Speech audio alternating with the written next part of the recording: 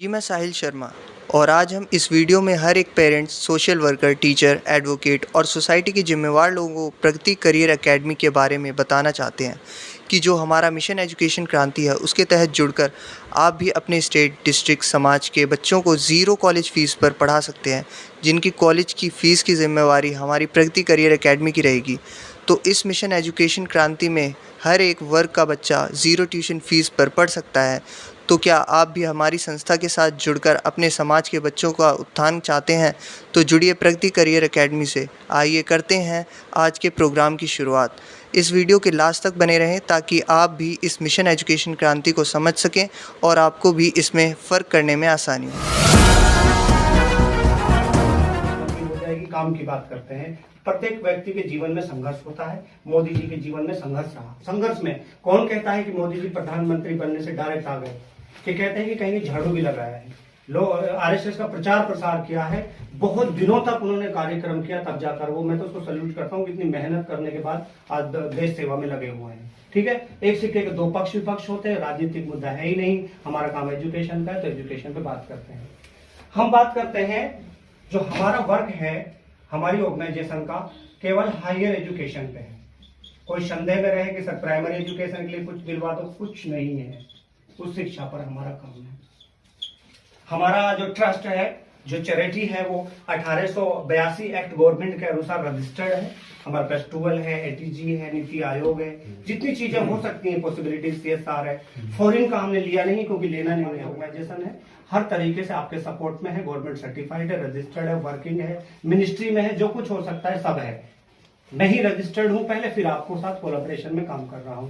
तो वो चीजें हमारे पास लाइव है, कोई देख सकता है, पूछ सकता है, चेक कर सकता है। वेबसाइट है, मेल है, यूट्यूब चैनल है, सब कुछ आपके पटल पर है। कोई चीज छुपा के शिक्षा का पटल हो गया। कोई प्राइमरी एजुकेशन के लिए हमसे फंडिंग नहीं कराएगा, कोई प्राइमरी एजुकेशन के बारे में बात नहीं करेगा, हेल्थ पे बात नहीं करेगा। जब प्रोजेक्ट आएगा तो हेल्थ पे तभी बात करेंगे। अभी केवल उस शिक्षा का हमारे पास कार्यक्रम है।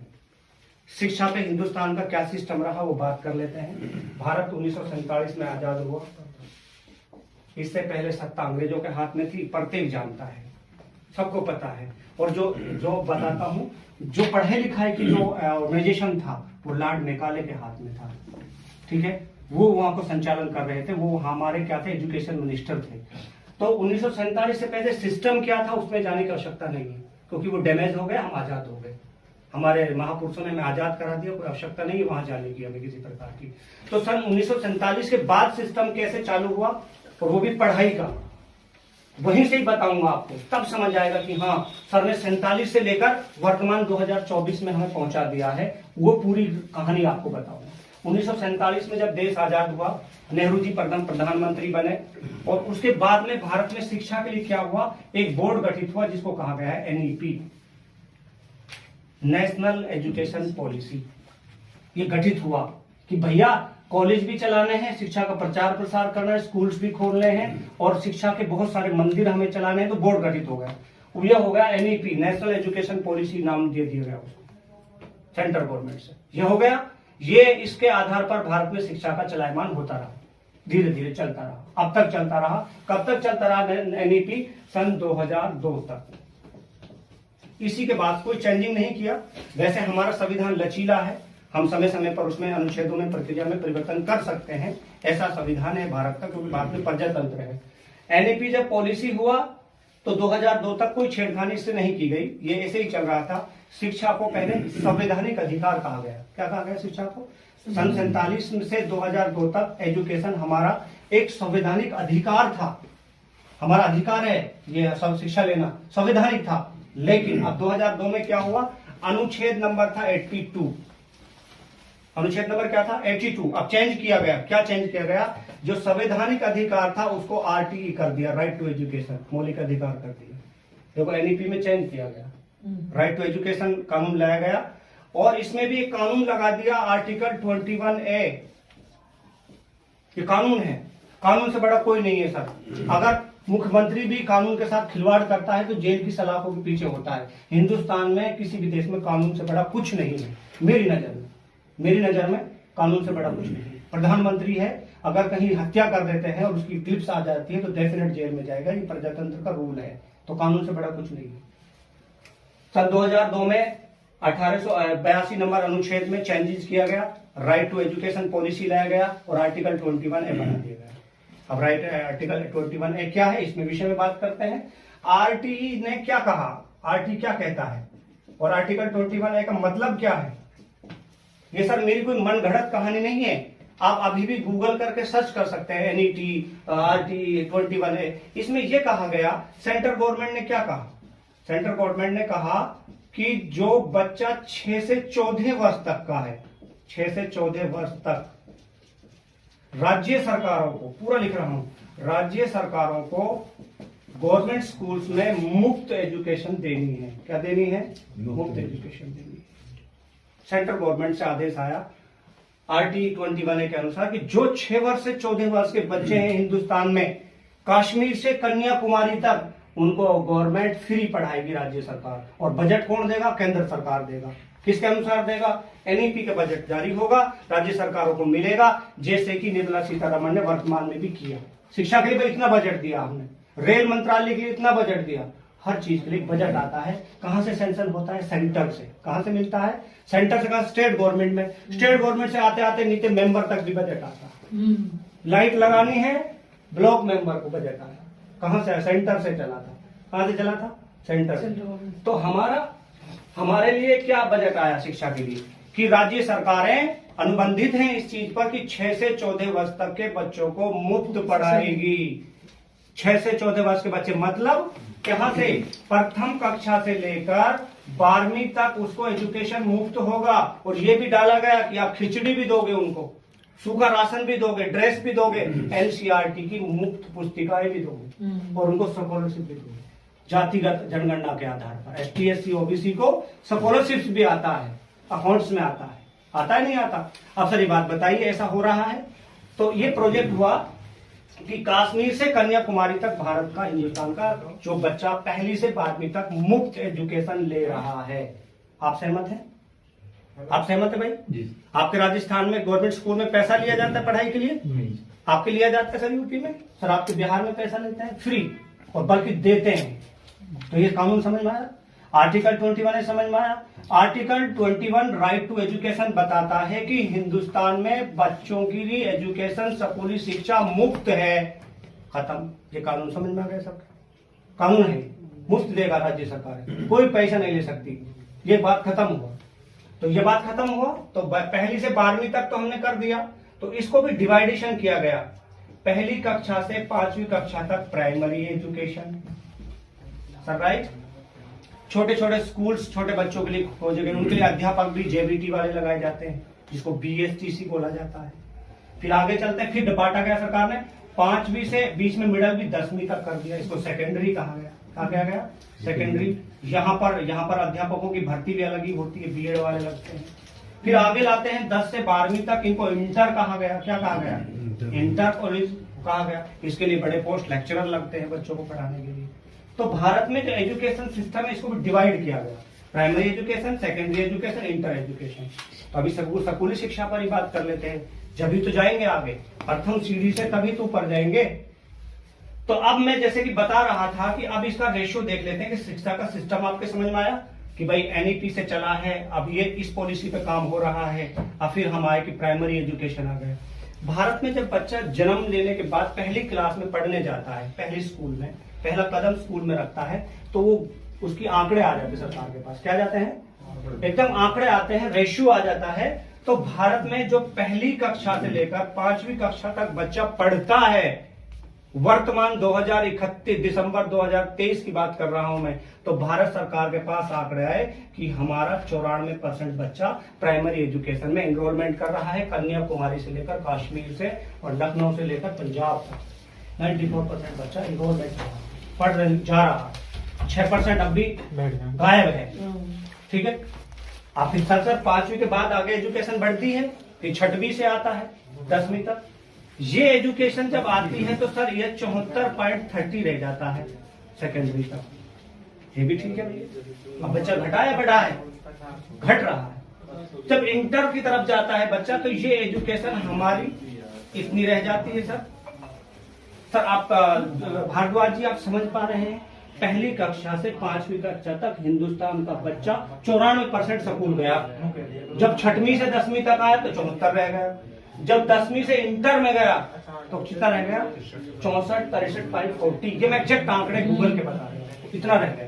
तो सब कुछ मुफ्त है, फिर भी सिस्टम गड़बड़ाया हुआ है। सब कुछ तो मुफ्त है सर, मुफ्त नहीं 12वीं तक सब कुछ, फिर भी हमारा सिस्टम गड़बड़ाया हुआ है। बच्चा पूर्णतः नहीं पहुंच पा रहा है। 63%। 12वीं कक्षा के बाद भी कोई एजुकेशन है, उस पर बात होनी चाहिए सर जी, है? क्योंकि 12वीं के बाद सब कुछ जेंटलमैन हो गया, लॉयर बन गया, चलिए भाई कोर्ट में जा रहे, नहीं है। 12वीं के बाद भी है एजुकेशन, वही तो स्टार्ट है। अब बात करते हैं 12वीं के बाद वाली एजुकेशन को क्या नाम दिया गया? Higher education. क्या कहा गया? वहां तक सब समझ में, इसको उच्च शिक्षा कहा गया। अब यहाँ पर बात होनी चाहिए। अब मैडम जी, अपनी कानून की किताब उठाना, आप भी अधिवक्ता हैं, आप भी अधिवक्ता हैं, आप अपनी कानून की किताब उठाना। क्या हिंदुस्तान में कोई ऐसा कानून है कि पूरे हिंदुस्तान के बच्चे फार्मेसी फ्री कर रहे हैं सर? बताइए कौन सा कानून है? पूरे हिंदुस्तान का बच्चा बीटेक कंप्यूटर साइंस को सरकार ने मुफ्त कर दिया है। कानून है भैया, कानून है? नहीं है। इतना सा कानून हो सकता है किसी जिले में एक गवर्नमेंट कॉलेज है, 50 सीटें हैं, वो कट ऑफ से ले लेते हैं, बाकी बाहर कहा जाओ, ऐसा हो सकता है। और एंट्रेंस बैठते भी सब, एंट्रेंस में सब बैठने 50 बच्चा ले रहे हैं, पूरे भाड़ में जाओ, कोई कानून नहीं है। लेकिन अंतर्राष्ट्रीय मापदंड है, पैमाना है।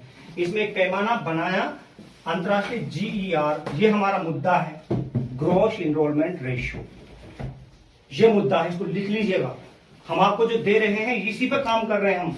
3 ही शब्द है हमारे पास में, 3 शब्द पैसे आने के हैं और 3 शब्द काम करने के हैं। GER मुद्दा हमारा है।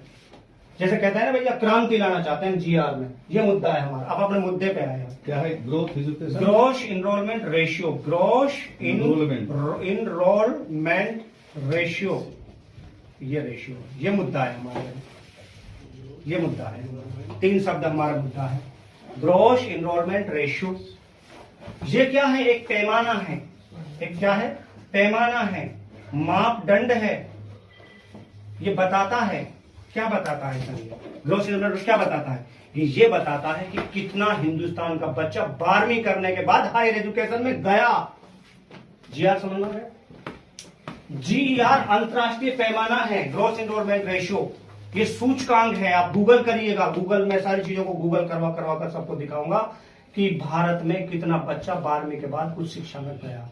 ये बताता है GER, ये अंतरराष्ट्रीय कानून है, ठीक है। ग्रॉस इनरोलमेंट मुद्दा हमारा यही है, इसी मुद्दे पे हम काम कर रहे हैं। अब भाई इस पे बात कर लेते हैं कि भैया यहां तो ये आंकड़ा 64 था, अब आगे जाएगा हाई में, HIGH कर देता हूं मैं। यहां पे सन 2021 में हमारा आंकड़ा इतना रहा और वर्तमान में 27.10। ये मुद्दा है मेरा। 30 से 27, 21% से 27%। मतलब क्या समझे? अब देखो कहां थे हम और अब कहां आ गए, किस पर आ गए। इसमें निम्न राज्य की भी बात हो, बिहार में मैंने दिखाया कि ये इतना है 31 दिसंबर तक 13% बच्चा बिहार में हायर एजुकेशन में गया। तमिलनाडु का सबसे ज्यादा है 47% और केरला का ज्यादा है, वहां ज्यादा एनरोलमेंट है, लेकिन आंकड़ों में तमिलनाडु आता है हायर एजुकेशन। अब बताइए सर, जो बच्चा प्राइमरी में 94% आ रहा था, वो टूटते टूटते 27 पे मान लेते हैं, इतना % बच्चा आया, तो मुद्दा बना कि नहीं बना? क्या मुद्दा बना कि भैया ये 73% बच्चा कहां गया?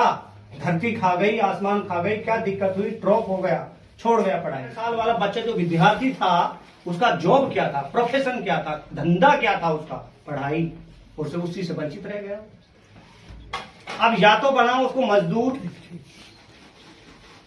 साला मजदूरी करेगा नहीं, ये बात पक्की है। आज का भारद्वाज ने हमने मजदूरी भी कर ली भैया, खेत में खेत भी काट लिया। अब अच्छे बाल यहाँ पे चाहिए, कटिंग यहाँ से है, रंगीन बाल है, एयर ब्लूटूथ कान पर है, एप्पल का फोन भी चाहिए, रॉयल एनफील्ड बाइक घुमा रहा है, गर्लफ्रेंड भी घुमा रहा है, पिज्जा भी खाना है, चॉकलेट भी लेनी है, रिचार्ज भी करना है, बाल की कटिंग करनी है और सैलून में भी जाना है। हम तो सर पाजामा में पढ़ने वाले थे, हमारा बस्ता भी नहीं था, पन्नी में जाते थे।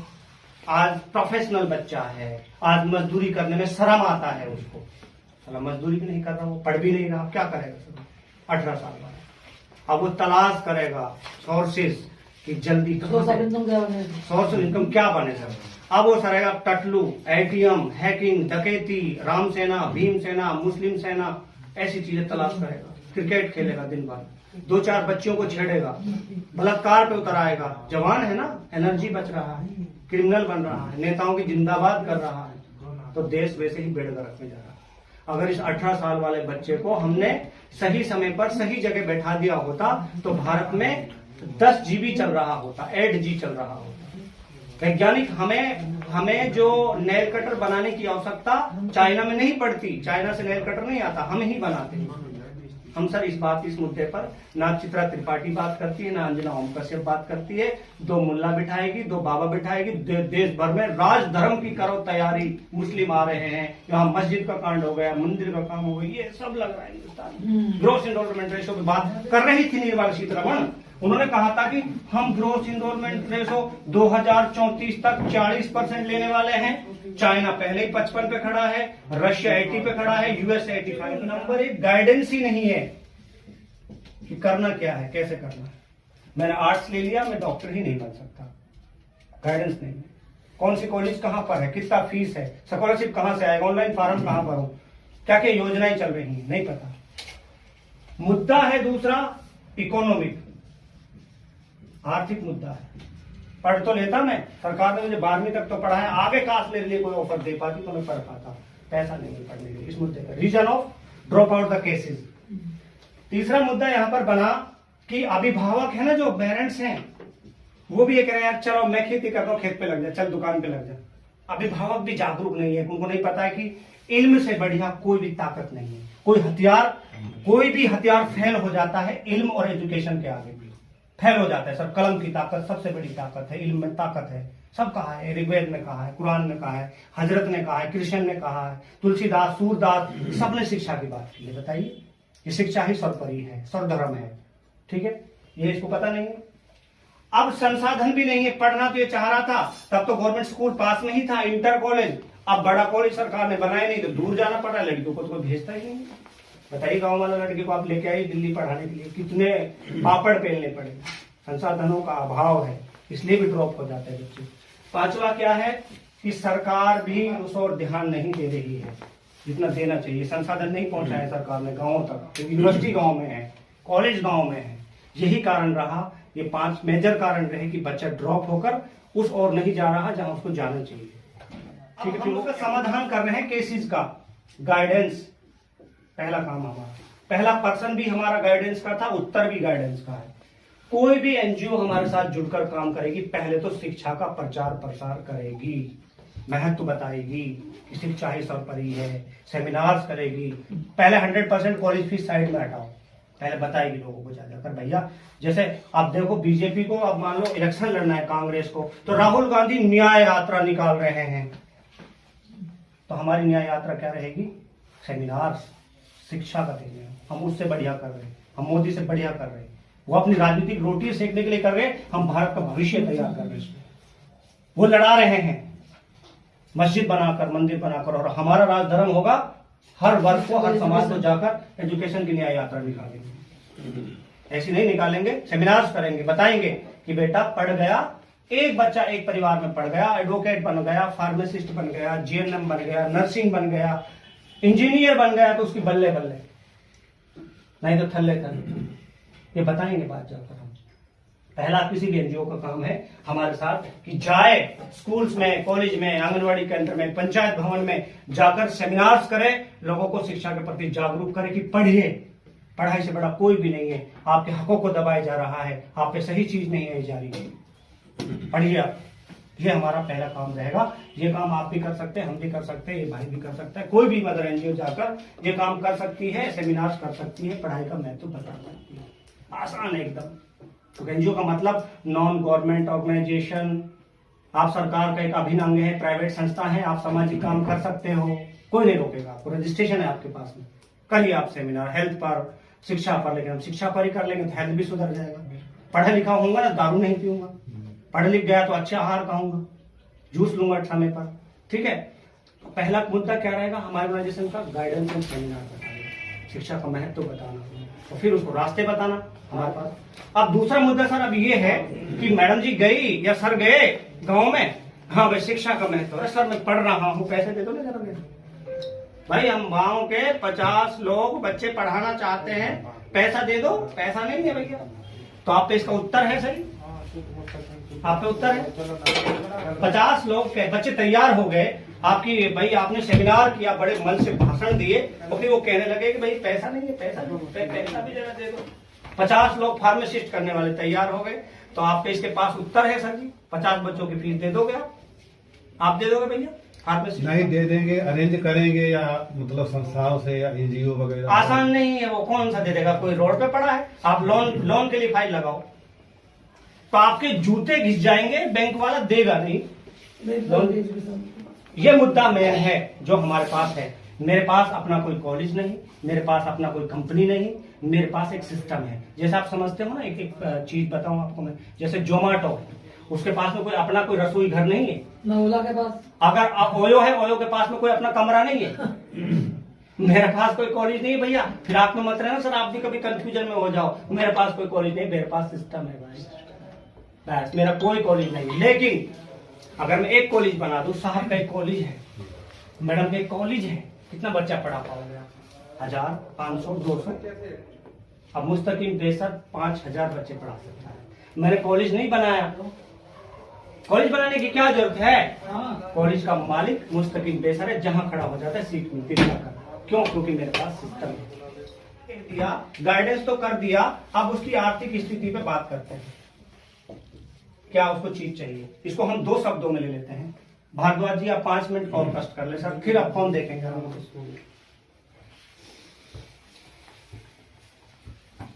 देखो हम यहां पर ले लेते हैं विनोद को। विनोद एक अभिभावक है। कौन है सर? समझ में आ रहा है? गौर तो नहीं हो रहा सर? नहीं ठीक, अच्छा लग रहा है? बढ़िया, ठीक है सर। विनोद एक पेरेंट्स हैं, माता पिता हैं, अभिभावक हैं और मजदूर वर्ग से हैं। बिजनेसमैन कम, हिंदुस्तान में मजदूर ज्यादा है। देखो मैं गिनवा भी देता हूँ, ऑटो चालक है, ट्रक ड्राइवर है, कंपनी में काम कर रहा है, ठीक है, सब्जी बेच रहा है, किराना स्टोर कर रहा है, छोटे मोटे काम कर रहा है। तो सर उसका दैनिक जीवन की आमदनी सर ने बताया, आपने बताया, उसकी 500 रुपए काउंट की हमने, दैनिक जीवन का प्रॉफिट का 500 रुपए मैक्सिमम। वैसे भारत में 236 रुपए प्रति व्यक्ति आए हैं।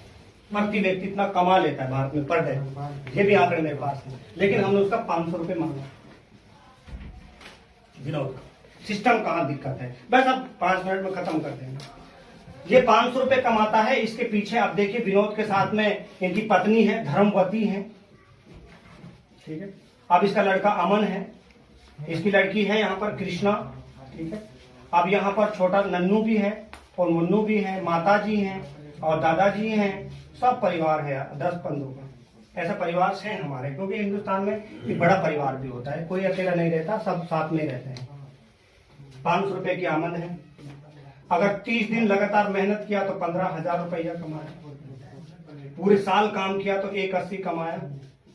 लेकिन सर कुछ छुट्टी भी करेगा, दीपावली पे परेशान है, काम नहीं लग रहा, धूप है, गर्मी है, छांव है, छुट्टी करना पड़ेगा, काम नहीं लगा है, धंधा नहीं लग रहा है, तो इसका सर 180 में से हमने घटाकर 1,50,000 रुपया टोटल सालाना पैकेज बना दिया। सर इससे कम ज्यादा तो नहीं होगा। भारद्वाज जी 1.5 लाख रुपये ही कमा पा रहा है भारत का जो गरीब वर्ग है, मजदूर वर्ग है, जरूरतमंद है, इसी में वो परिवार को चला रहा है। मैडम राइट है? किसी रॉन्ग पटल पे हो तो आप भारद्वाज जी आप जी तुरंत बोलिए, नोट करिए उसको कि आप सर ये गलत बता रहे थे, आप तो हमें ठग रहे हो या फिर बेवकूफ बना रहे हो, पागल है हम क्या। 10 बात आती है कि भैया हमारे पास फाइनेंशियल क्या जुगाड़ है। अब बताइए, अब हमारे भारद्वाज जी बताएंगे कि भारद्वाज जी आप बताओ कितनी % मदद बच्चा की करनी चाहिए हमें, % पे ही आ जाओगा। उसका फीस बन गया मोटा मोटा 4 लाख रुपए, कितने % मदद कर दें उसकी बताओ, आप बताइए। अरे मैडम जी मैं बाबा का माल है कि बिक रहा, थोड़ा कम बढ़ती करिए। 60% तो 60%, सर ने बोला 60%। अच्छा सर की बात पे आ जाते हैं। सर देखो नए आए हैं, जुड़ लेते हैं। सर आपने 60% दिया, 40,000। देखिए 40,000 4 साल का, 160। मैथ में कमजोर था, 160 तो ये हो गया उसका, मैंने 60% हेल्प किया। फिर सर उसका 80-90 हजार हॉस्टल का भी हो गया, 3,20,000 ये हो गया। विनोद तो कहेगा भाई जय हिंद, बस की नहीं, फिर भी बस की नहीं।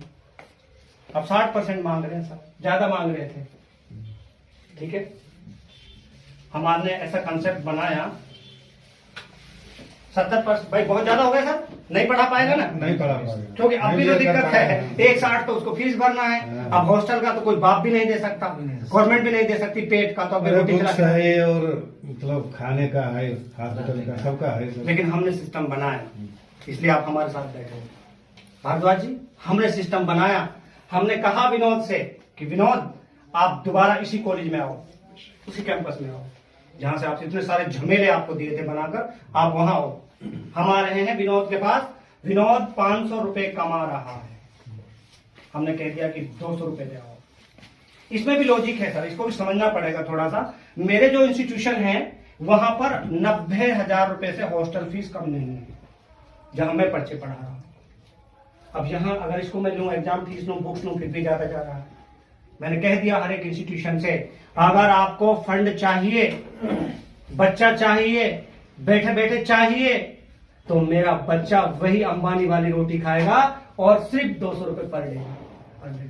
कंसल्टेंट लोग बहकाते हैं, ऐसे कैसे हो जाता है, इसमें हॉस्टल में दलाली है, ऐसे कहते होंगे लोग। इसमें बहुत बड़ा दलाली है, दलाली है। बताता हूं जरा। खाना 2 टाइम, नाश्ता 1 टाइम, रूम, बिजली, पानी, library, medical, security, supports, computer, wifi, gym. बताइए उस कंसल्टेंट को कि मुस्तकीम बेसर और गीता शर्मा आ गई हैं, अब हम दलाली नहीं करने देंगे, हम आपके बच्चों को 200 रुपए में ये देंगे। खाना सर कितना खा लेते हैं 2 टाइम का ढाबे पर, घटिया से घटिया ढाबे पर जाओ, 2 टाइम का खाना कितने में हो जाएगा बताइए क्या? 1 टाइम मांग 50 पे कम। 50। हिसाब लगाओ, हिसाब, दलाली निकालो हमारी, हम दलाल हैं बहुत बड़े। 2 टाइम का मिनिमम 100 रखिए। 100 देखिए 100। तुम्हें बताओ, तुम्हारे सवाल है। नाश्ता सर 1 टाइम का नाश्ता भी चाहिए मॉर्निंग में, कितने का चाहिए? 25 रुपया रखनी। 25 रुपये रख दिया सर। सर रूम भी उसका बाप का तो है नहीं, वो बना के दे रखा है। रूम 3,000 रुपये। अरे सर 3,000 नहीं, उसका आप 20 रुपए ही रखिए उसका। अच्छा पर डे का 20 में कितना हो गया? 1,012 हो गया। ठीक है। बिजली का रख लीजिए सर, पंखा घूमता है, यूनिट आता है। तब कॉलेज वाले के बाप की बिजली है क्या? 5 रुपया पंखा रख लीजिए। 5 रुपए पंखा का रख लेते हैं सर। पानी भी वो आ रहा है, टैंकर डाल रहा है तो पी रहा है वाटर कूलर। 5 रुपए भी ले लो पानी 5 सफिशिएंट है सर। ये क्या बताया था मैंने?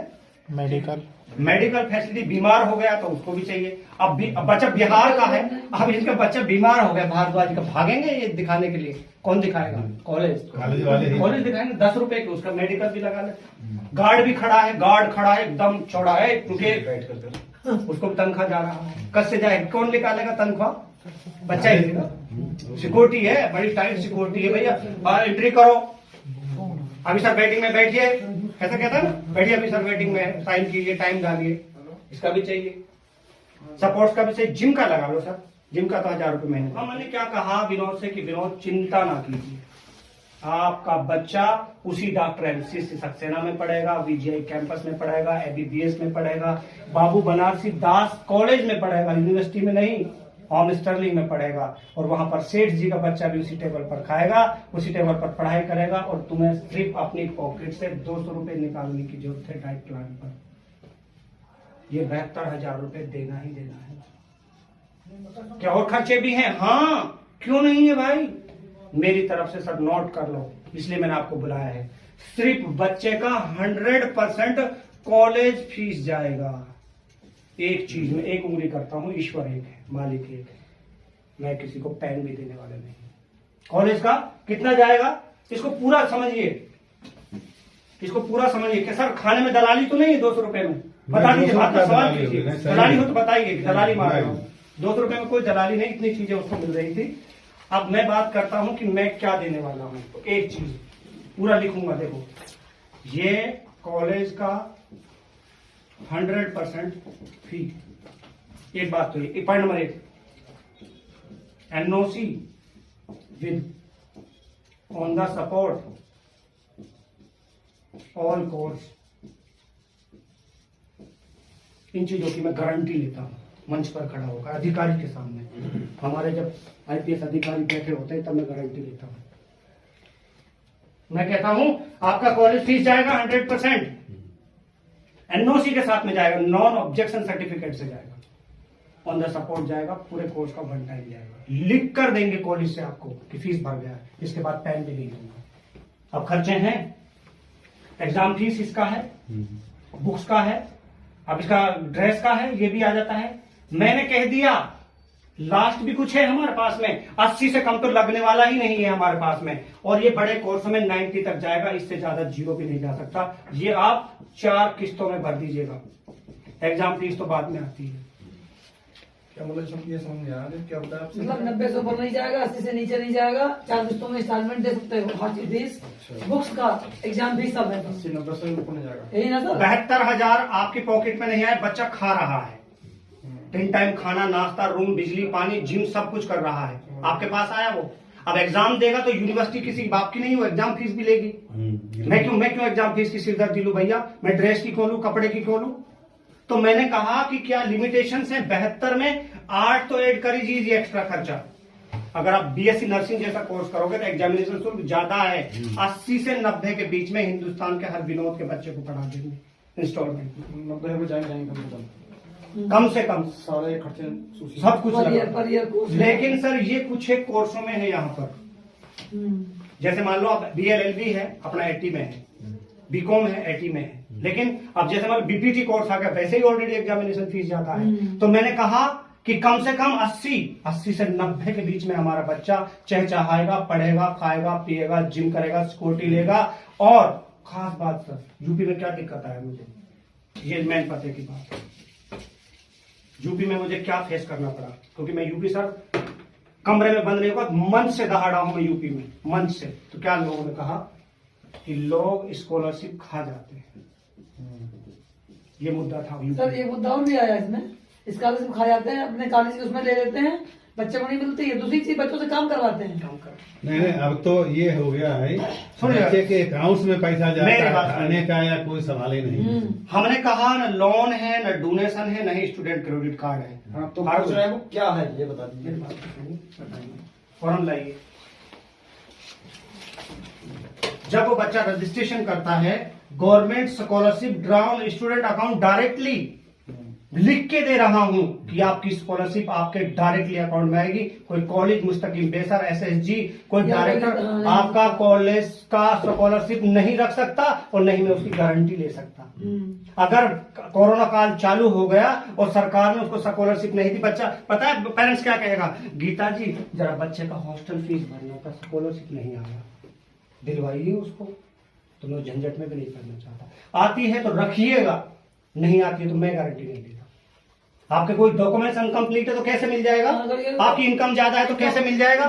मैं इतना बड़ा झमेला लेके दे दूं उसको गारंटी, किसकी भी गारंटी? लालच में आज तो ये दौड़ेगी मेरे नाम से, कल मुझे गाली देगी। क्यों? क्योंकि मैंने स्कॉलरशिप की गारंटी बिल्कुल दे दी। उसका इनकम सर्टिफिकेट सही नहीं, उसका भाई रेजिडेंस अच्छा नहीं है, उसका मूल निवास बढ़िया नहीं, मैं कहां से पूर्ता करूं उसका कागज?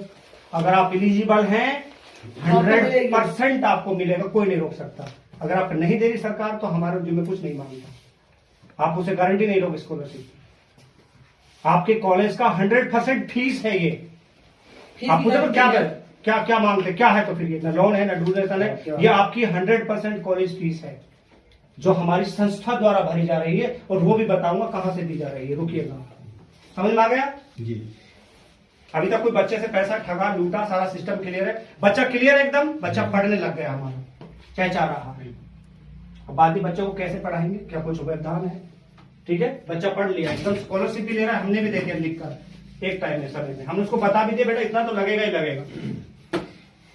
बच्चे को लाने की प्रक्रिया क्या है कि 499 का हमारे पास रजिस्ट्रेशन फॉर्म है, फ्री की चीज की कोई भी वैल्यू नहीं करता। ठीक है, ये रजिस्ट्रेशन फॉर्म है, 8 पेज का है। ये छपने में सर पैसा वैसा लगता है नहीं लगता है? लगता है। और कलर में ज्यादा लगता है। 138 रुपए से लेकर 146 रुपए तक ये प्रिंट होता है। इसमें 8 पेज 10 पेज हो जाते हैं टोटल। कहाँ है दूसरा, निकालना है यहाँ से, ठीक है। देखिए अब उसकी क्वांटिटी का कैसा पता लगाएंगे हम। ये सर पूरा छप रहा है, ये पेज वाइज है, इधर से है, फिर इधर से है, फिर इधर से है, फिर बैक से है, फिर इधर। इसका प्रिंटिंग कॉस्ट जो जाता है हमारा, वो जाता है 136 पर। तो इस पे भी खर्चा हुआ। अब 499 का हिसाब देना चाहेंगे भारद्वाज जी को हम कि 499 क्यों ले रहे भाई, ये क्यों ले रहे। हमने कहा कि हम इसमें आपको रजिस्टर्ड कर रहे हैं और एक लायबिलिटी भी ले रहे हैं। जब उसको 100% हम स्कॉलरशिप दे रहे हैं और वो काउंसलिंग में आया, अब सर घर घर एडमिशन देंगे जाके कि काउंसलिंग करेंगे। काउंसलिंग की जाएगी, काउंसलिंग की जाएगी, जांच पड़ताल होगी, डॉक्यूमेंट्स के बारे में होगी और यही बात मंच से बताई जाएगी उनको। आपने 19-20 बताया, कोई दिक्कत नहीं, कोई लफड़ा नहीं हुआ अभी तक। 499 लिया है। अब इसको देखो, इसमें काउंसलिंग के दौरान, काउंसलिंग किसी प्राइवेट जगह पे नहीं होगी, किसी कॉलेज में होगी। मत लाना बच्चे, आप मत लाना बच्चा, मैं आपको किसी हॉल में बुलाऊं तो आप देख लेना कि लेटर डिस्पैच कहां से हुआ है। ऑमिस टर्निंग ग्लोबल यूनिवर्सिटी बुला रहा है, आइए भैया चलिए, विजय कैंपस बुला रहा, ठीक है भैया चलिए। प्राइवेट जगह पे काउंसलिंग नहीं होगा, कैंपस में होगा और कैंपस में बेईमानी नहीं कर सकता कोई। मैं तो निकल आऊंगा वहां से चुपके। बच्चे किसकी जान खाएंगे कि काउंसलिंग तुम्हारे यहां पर हुआ था, ये फ्रॉड कर गया, पैसा दो। काउंसलिंग यहां होगी कैंपस में जाकर, ओम ग्लोबल में, डॉक्टर एमसी सक्सेना में करेंगे, विजय कैंपस में करेंगे और पत्रकार बंधु होंगे, IPS अधिकारी होंगे, बराबर बैठे हुए, तब काउंसलिंग करेंगे। प्राइवेट जगह मत लाना अपने बच्चे। मैं कह रहा हूँ सर, मैं बुला लूं, क्या पता ठग लूं, कैंपस में ही लाना। 499 रुपए में हम 3 बंदों का, ध्यान से सुनिएगा, ये सवाल जवाब होंगे आपके हमारे। 25 को काउंसलिंग है हमारी। बच्चा चला यूपी से 24 में, शाम को आया। समझिएगा सर, मैं सारी चीजें क्लियर करना चाहता हूं। मैंने इसको खाना नहीं दूंगा, रुकना दूंगा। क्या दूंगा, रुकना। भाई वो आ रहा है, शाम हो गई है, आपको धर्मशाला बुक है, लेट ही आराम से, सिर्फ आप लेट ही रुकिए, खाना नहीं जरा शाम का में। अब ये 25 में आया, इसके पूरे दिन की डाइट प्लान मेरे जिम्मे है। इस दिन की कितने लोगों की, एक बंदे के साथ में 3 लोग भर पेट के खाइए। रात में मैंने उनको धर्मशाला में रोका आराम से। अब धर्मशाला वाला मेरा बाप नहीं है, 60 रुपए कम से कम एक बंदे का लेता है, 70-80 रुपए एक बंदे का। मैंने पेड किया, करता हूँ। 100 रुपए हो गए होगा। अब यह भंडारा चलाना है, 1000 बच्चे भी आ सकते हैं। ये खाना भी कोई सरकार से नहीं आ रहा है, कोई दक्षिणा नहीं हो रही, तो गरीब कर रही है, ये भी देना है। तो मैं इस 499 में रजिस्ट्रेशन करने के साथ साथ 3 बंदों की लायबिलिटी भी ले रहा हूं कि आपको खाना दूंगा, आपको भी रुकना दूंगा। चाहे धर्मशाला में रोको, VIP की गारंटी नहीं लेता। भारद्वाज जी के, अरे जरा आप मुझे धर्मशाला ठहरा दिया, एक बड़ा रूम नहीं है, यहाँ पर AC नहीं चल रहा है, बच्चों के साथ ही रहना है, आपको भी दूंगा जगह रुकने। मेरी मर्जी है, हो सकता है मैं होटल दे दूं, नहीं आप मुझे कह नहीं सकते। हो सकता है धर्मशाला में आप आराम से टहलें बच्चों के साथ में। ये बात होंगी, आपका हमारा सामना होगा। अरे सर वो बताया था शाम का खाना नहीं आ रहा, जरा मैंने कहा था कि शाम का नहीं दूंगा, रुकना दूंगा, 25 का दूंगा काउंसलिंग के दौरान। हाँ। उसी 499 में बच्चा आएगा, काउंसलिंग करेगा और यही बातें सुनेगा मंच से। माँ बाप भी सुन, उसका चाचू भी सुनेगा, मामू भी सुनेगा, तब जाके एडमिशन होगा। सर एडमिशन करवाना कोई खाला जी का घर नहीं, तब उसको मन लगेगा, उसका मन होगा तो लेगा। तो मैडम जरा थोड़ा खाने का ज्यादा है, फिर क्या करेंगे उसको। भाई मतलब जबरदस्ती है क्या, जबरदस्ती कुछ नहीं, कोई जबरदस्ती नहीं ले सकता, नहीं पढ़ सकता, ठीक है। ये तो बच्चे का प्रोसेस हो गया, रजिस्ट्रेशन किया, काउंसलिंग हुआ, काउंसलिंग में अगर राजी हो गया तो हॉस्टल का पैसा साथ लेके आएगा। ये भी सुन लीजिए, 3 मंथ का खाने का लेकर आएगा। सर ये बात थी जो हमारे आपने ही बताई थी, बताई भी थी, समझ नहीं पाए थे आप। हम उसको उसी समय NOC देंगे, हमने NOC दे दिया। मैंने NOC क्लियर करा दिया और सिर्फ NOC लेकर घर चला गया। अगर ये वहां टहल गया, नहीं आया दोबारा, कुछ पैसा नहीं लगा है, तो सर वो आ जाएगा, कोई रिस्पॉन्सिबिलिटी उसकी भी। तो हमने लगा दिया उसके, भैया आप 3 महीने का तो हॉस्टल का जमा करा के जाइए भैया। हाँ, रसीद लो अपनी, पढ़ो, खिड़की पे जाओ, पेमेंट डालो, रसीद लो, लेटर के साथ लगाओ, लेटर फाइल निकालो, एडमिशन NOC हो गया, हॉस्टल बुक हो गया, जाइए अब बैग पैक करो, पढ़ने आइए, बात खत्म। ये भी होगा, उसकी लायबिलिटी है, नॉर्म्स है, ये वो दिखाएंगे, लाओ NOC दिखाएंगे, ठीक है। अब ये भी दूसरा भी सुनिए, प्रथम 2 किस्तें, ये भी सुनिएगा। मैं झमेले में ये 3 महीने का देके चला गया, अब सर पढ़ने आ रहा है वो दिखाऊंगा आपको, मैं पढ़ाऊंगा, सारे एनओसी क्लियर करूंगा। अब ये 3 महीने का जमा करा गया, लेटर ले गया हॉस्टल का, अब ये फिर पढ़ने आ रहा है। हमने कहा बेटा 3 महीने का और दो, वो हॉस्टल में ही दो, 36 पे आपकी रिपोर्टिंग करवा देंगे, 6 महीना आप फ्री हो। ये नॉर्म्स है, हमारी सीट स्क्वायर हो गई, अब नहीं भागेगा। लेकिन उसपे समय मिला, मई में आया काउंसलिंग में, जून छुट्टी, जुलाई में आ रहा है। 18+18 एंट्री करो कॉलेज में, पढ़ाई करो, मुझे मत दो, रसीद लो वहां से, मुझे पता, जाइए आप बैग बस्ता पैक करो, सारा सामान उठाओ, पहुंचे कॉलेज में, 18 और ले जाओ, रसीद लो, 6 महीना आप फ्री। ये मई से 31 दिसंबर तक उसको सारा फीस क्लियर करना है हॉस्टल का। जनवरी में एग्जाम है, बिफोर एग्जाम, नहीं तो पेनल्टी लगेगा। हालांकि मैं माफ करवा देता हूँ फर्स्ट ईयर में, तो 31 दिसंबर तक उसको ड्यूज अपने घर लेकर, अरे सर 10-20 रुपए पर डे का कराने के लिए, अगर सर वो स्ट्रिक्ट नहीं रखेंगे तो कहाँ से आएगा पैसा, खाने का तो उसको चाहिए, ठीक है, समझे बात को, ये बात क्लियर हुई। अब बाकी रही उसकी और फीस, 5-5 हजार करके दे, 10-10 हजार करके दे, मतलब दे 31, 10 किस्त बना ले, कोई दिक्कत नहीं, लेकिन पहली 2 किस्तें पहले आ जाएंगी हॉस्टल में रिपोर्टिंग करने का पैसा, और बाकी इंस्टॉलमेंट 5-5 हजार के मेरे भैया, कोई दिक्कत नहीं है, 31 दिसंबर तक पूरा कर दो, राम राम श्याम श्याम बात कर, कोई पेनल्टी नहीं है। क्लियर हो, बच्चे एकदम क्लियर हो गए, बच्चा हॉस्टल में ठहरा। अब देखो सर, किसी चीज की नेगेटिव भी सुन लो, पॉजिटिव नहीं है सर, सब मजे ले रहे हैं। अब देखिए नेगेटिव क्या क्या झेलना पड़ सकता है, आप ही बताइएगा। अब बच्चा हमारा कॉलेज पहुंच गया, पढ़ रहा है, अच्छा कैंपस है और बच्चे पढ़ रहे हैं।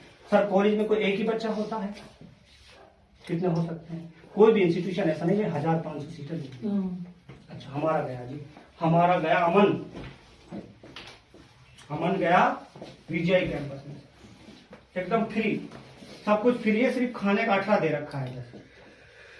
अभी गांव में घूम रहा था भाई, याद इधर से उधर कुत्ते मार रहा था, कीड़ू पकड़ रहा था, कीड़ू जानते हो आप, वो जब और को जानवर होता है, बड़ा डरावना सा होता है, ठीक है, क्या बोलते हैं उसको, गिरगिट बोलते हैं हमारे।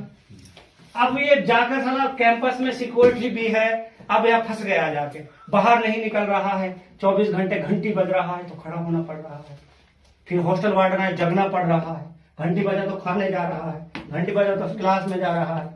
अब मैडम 4 बजे तक पढ़ा रही है, अब अमन परेशान, सारा सब तक था तो गायब। हाँ खेल जरूर रहा है, 5 बजे के बाद में सपोर्ट्स में कर रहा है, जिम जा रहा है।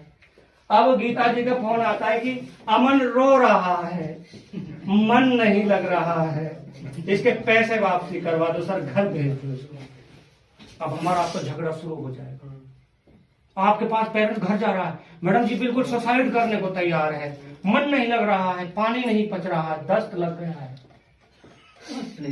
अब हमारे पैसे दिलवा दो वापसी, हम नहीं पढ़ा रहे उसको, मन नहीं लग रहा बच्चे का। अब इस अवस्था में मुस्तकिम बेसर की क्या गलती है, वो क्या करे आप बताइए।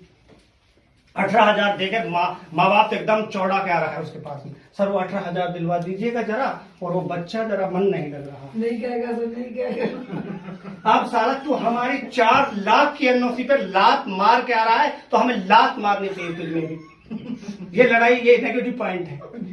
वो गांव से चला, वो होम स्टोरी में पढ़ रहा है, सब बच्चा पढ़ रहा है, क्या कहेगा, पापा जी रोटी जरा जली आ रही है, चावल तो आज बिल्कुल खराब था, अब माँ बाप आएगा, मैडम जी बहुत घटिया खाना दे रहे लोग, मेरा बच्चा बीमार हो गया वहां पे। साला जो 1000 बच्चा पढ़ रहा वो भी तो वही खाना खा रहा है, तेरे में क्या दिक्कत होगी, तेरे फ्री पढ़ाकर हमने सेवा दे दी। रात में फोन, मैडम जी आज तो जरा रोटी थी ना बड़ी जली हुई थी, बच्चा रात में, मैडम जी नमक जरा कम आया था, तो मैं कहता हूँ डटिए, मैं आपको ट्रक भेज रहा हूँ नमक का। ऐसा हरामखोर बच्चा होता है फ्री का पढ़ने वाला, बड़ा तरह परेशान करता है। ऐसा नहीं, परेशानी नहीं है, ये नेगेटिव पॉइंट है, उसको पता है लगा कुछ है नहीं, मेरा बाप को भी पता है, बुला लेता हूँ। अगर यही बाप वहां पर 2 लाख रुपए जमा करा के आता ना, तो उसकी फुटबॉल बना देता, बेटा यही रहे, कैसे भी रहे, फुटबॉल नहीं जाता, नहीं तो वापस नहीं मिलता, कॉलेज में उसकी हिम्मत नहीं होती कहने की, पैसा लगा है ना घर, ये नेगेटिव पॉइंट है। वापस लेने की हिम्मत नहीं होती, यूजीसी कोई नहीं कहती कि हॉस्टल का वापसी कर दे, ऐसे केसेस आते हैं सर, इसका नेगेटिव पॉइंट है। तब बच्चा आपको भी जानता है, मैडम जी का वो पड़ोस का है, मैडम जी देखना जरा बच्चे को, जरा पैसा भी वापसी करवा दो, डॉक्यूमेंट्स भी। चलो वो तो लात मार के भगेगा, पैसा ना मांगेगा तो देखेंगे चीजें, झूठ सच बोल के कार्रवाई करेंगे, लेकिन सर पैसा मैं नहीं दूंगा, क्योंकि पैसा तो हॉस्टल में जमा पर्ची से अगर हाई कोर्ट भी गया तो गीता शर्मा की FIR झेली है मैंने सर, मैंने FIR झेली है। तुम तो खा जाते हो, बच्चा फंसा देते हो, हम FIR करो, चलिए करिए, हमारे हैं अपना फाइल लेकर दरोगा जी के पास में, दरोगा जी पढ़ना एक बार जरा क्या लेटर दिया है, कितने बच्चों का लेटर दिया है, पढ़िएगा प्रोविजनल लेटर। हमने कहा that the fees structure scholarship mention in the admission letter is the complete duration of the course. हमने पूरे कोर्स की फीस भर दी है, ये कौन कह रहा है? ओ मिस्टर लिंग। और फिर कौन कौन सी फीस भरी है दरोगा जी ये भी पढ़ेंगे, that your complete tuition fees complete duration of the course is under payment from आप गीता एजुकेशन चैरिटेबल ट्रस्ट से भर दिया है भाई। दीजिए आप 72,000 खाने का दीजिए और 10-12,000 आपका 8,000 एक्स्ट्रा दी। दरोगा ने पढ़ा साला 2 मार्च साला निकल यहाँ से, तू साला बाहर मेरे पास FIR हुई। जो अनपढ़ लोग हैं जो मुजाहिद का दिखाते हैं, 18,000 रुपए जमा करा के बच्चा 10 दिन में भाग रहा है, 1.5 महीने में, फिर वो सीधे थाना जा रहा है दरोगा हमें भी बुला रहा है, हमारी मैडम जी जा रही है NOC लेकर, हमारी मैडम जी सुरक्षित है एकदम, घर से जाएगी कोर्ट पेन कर। देखिए सर 4 लाख भरा है मेरे पैसे को, हम चाहें तो उसके हकड़ी में से 4 लाख निकाल, ये हम नहीं कर सकते, वो गरीब है, वो छोड़ देते, चलिए हम दूसरा बच्चा भेजेंगे ये बेटा। तो इसका नेगेटिव पॉइंट यही था कि बच्चा ड्रॉप होकर रिटर्न न मांगे, उसका हक भी नहीं है, क्योंकि वो